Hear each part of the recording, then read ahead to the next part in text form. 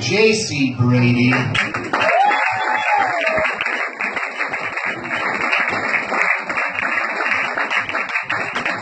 I love for Tyson one more time. Isn't he amazing? I love you, Tyson. Alright. I want to hear it for all the single people. Who here is single? See, isn't that interesting that you're cheering for being single? I think you're doing it wrong. I remember a while ago, not that long ago, when I was in my early 20s, that wasn't that long ago, I met a man named Todd. He was everything I wasn't. I was young, I was good looking, I was thin, and I was broke. He was my first sugar daddy. And it was a weird situation. I remember the way he treated everyone like they were a hobo. Like, he'd always be like, why'd you look a pizza guy in the eye? You know, and like shit like that. Super weird shit. And I remember one day he decided to treat me to a surprise concert at the Staples Center. And he was yelling at the valet, telling them like not to get residue on the leather seats or something. I don't know. Because he's a dick. He's a total dick. I didn't know where we were going. I didn't know who we were seeing. We walk into the arena, front row seats. And I mean, I'm craning my neck back to see the stage, and on the stage walks Robin. Does anyone know who that bitch is? Yeah. This is my goddess. She's that one who's like, do you know what it takes to do me right? You know, oh God. And she fucking killed it. Fucking killed it. I mean, why is she not famous? This drives me crazy. She's off the stage. I'm ready to go home. I had the time of my life. I'm so fucking happy. She is my everything. I think I mentioned that. I'm just really excited to talk about Robin.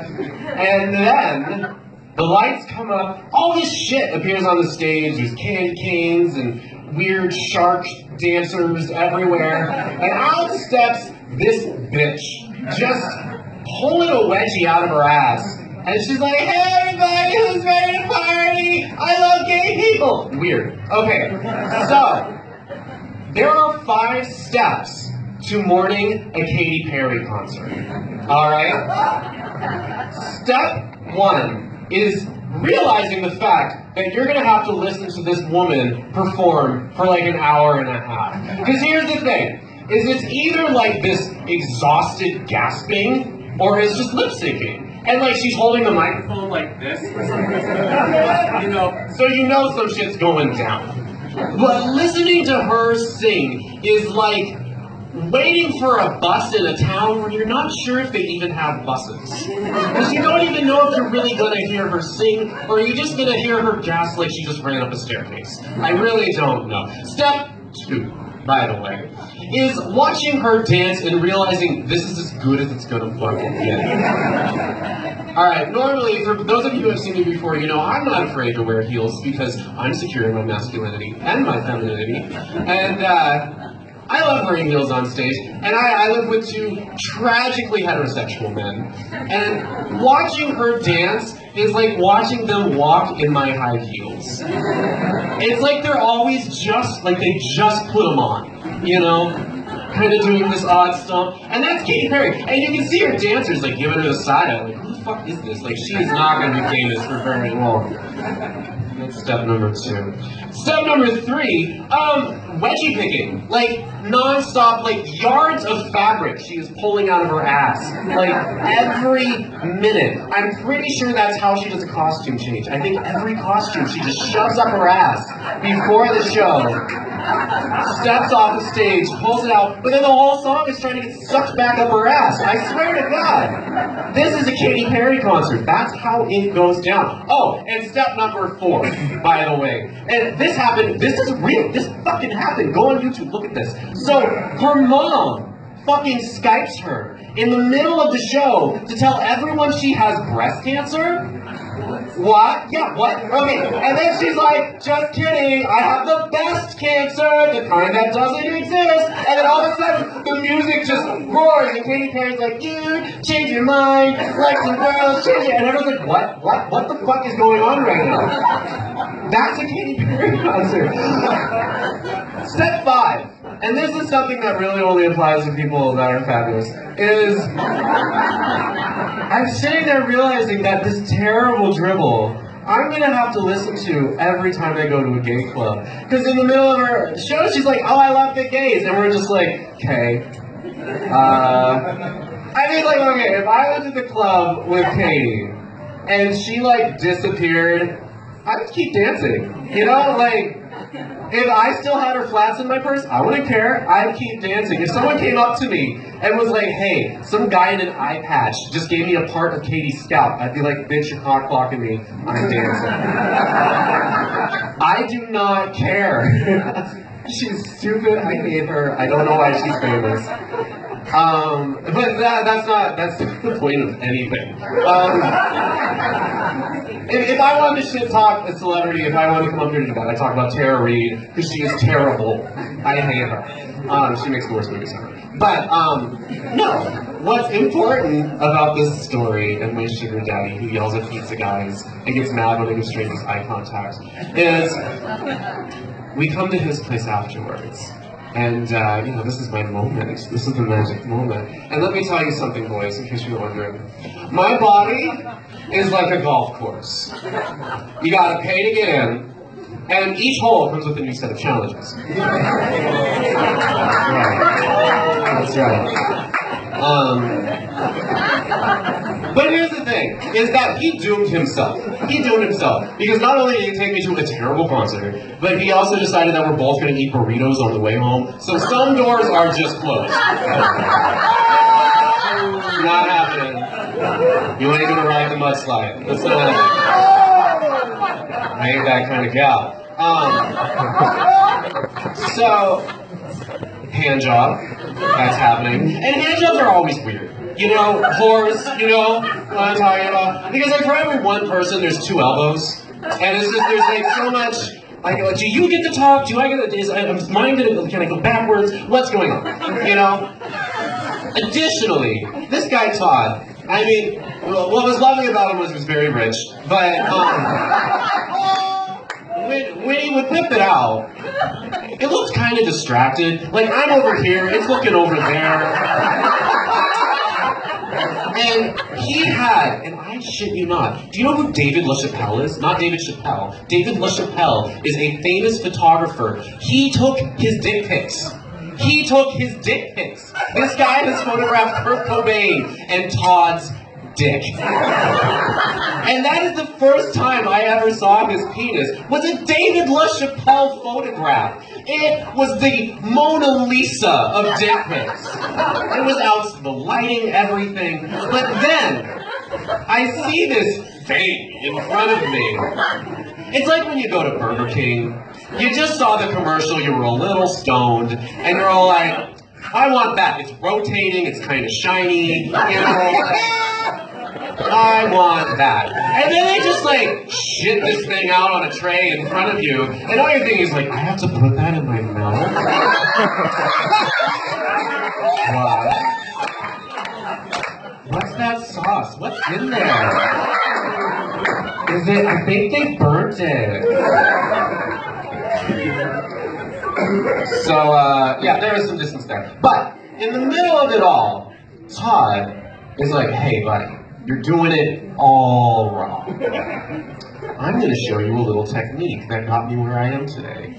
So he taught me this thing. It's super weird. You like have to lay on top of them. You do this thing, and boom, you can get any guy off in like 5 seconds flat. It's amazing. And let me tell you, from that point forward, I was flying high. I was of the elite. It's not that I had to be a whore, it's that I got to be a bow-legged whore. You know what I mean? I instantly moved on to prettier guys, prettier dicks. I mean, like, camera-ready dicks with a future. Like, that's where I had moved on. Boys were all about me, and I had that thing, and everyone wanted to be around me. I remember I dated this guy, his name was Scott, and he was a adult film star. Yes, that's right. You better holler.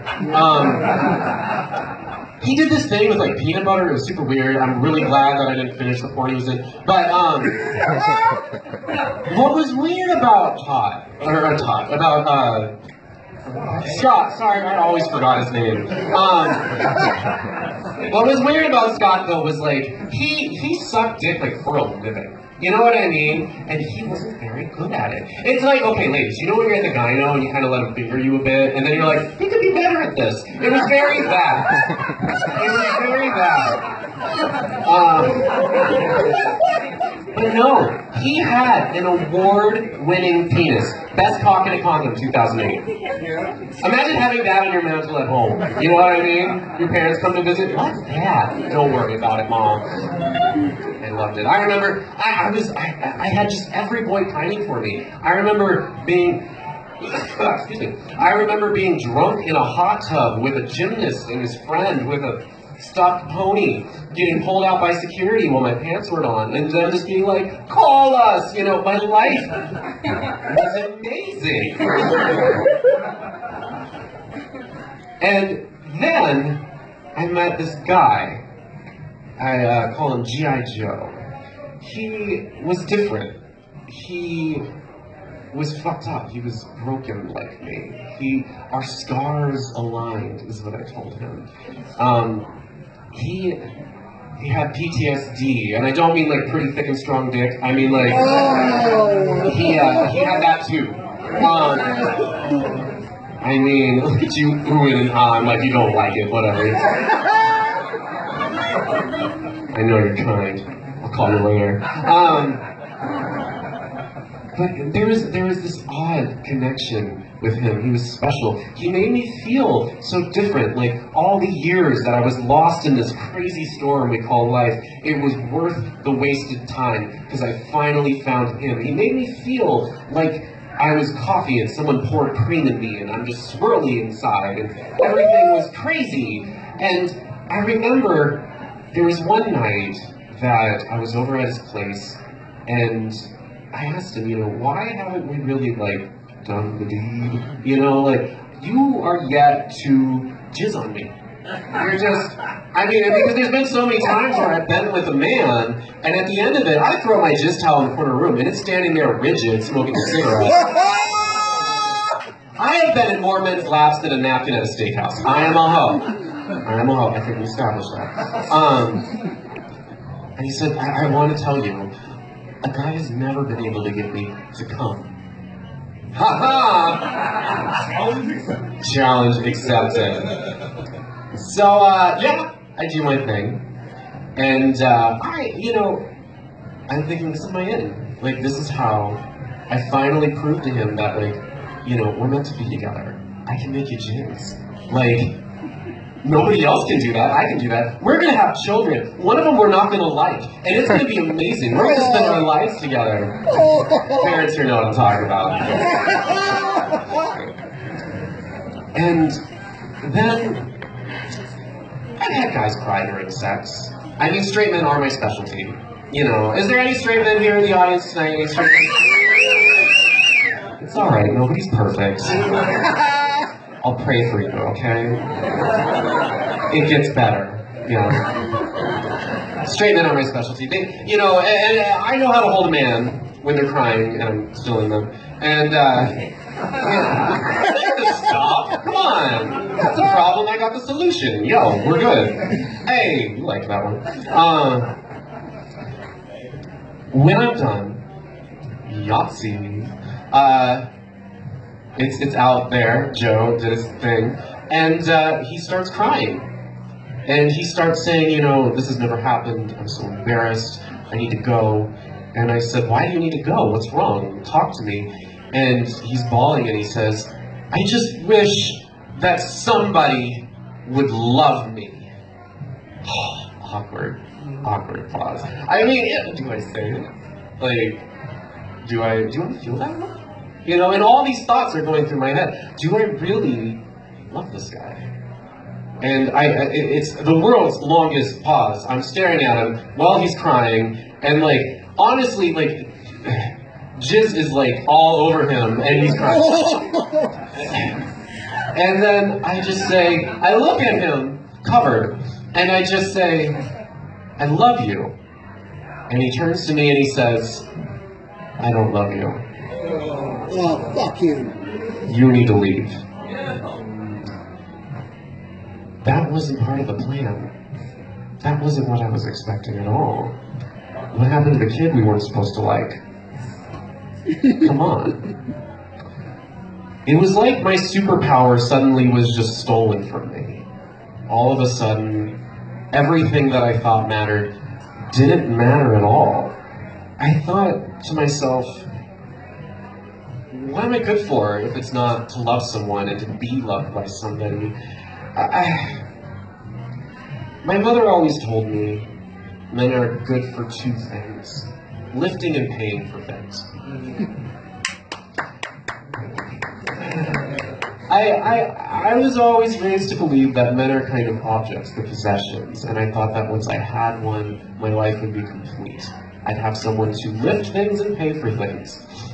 And suddenly I didn't have that. It was my birthday, and G.I. Joe and I were trying to maintain a friendship.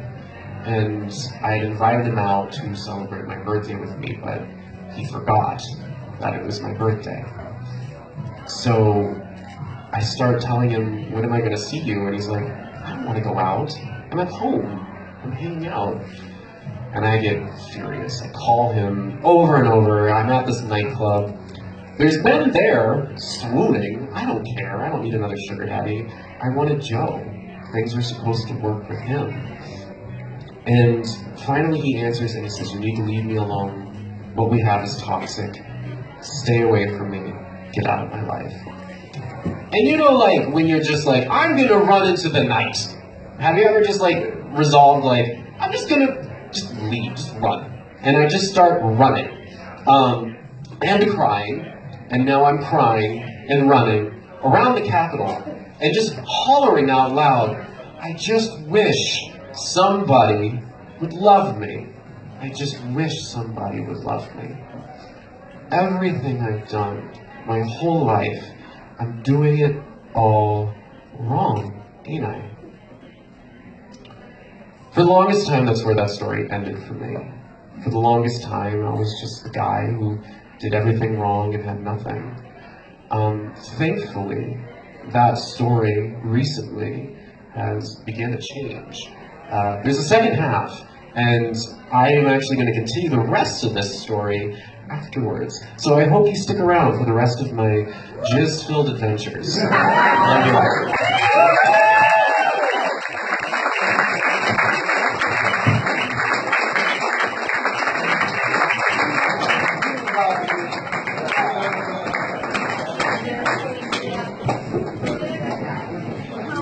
All right,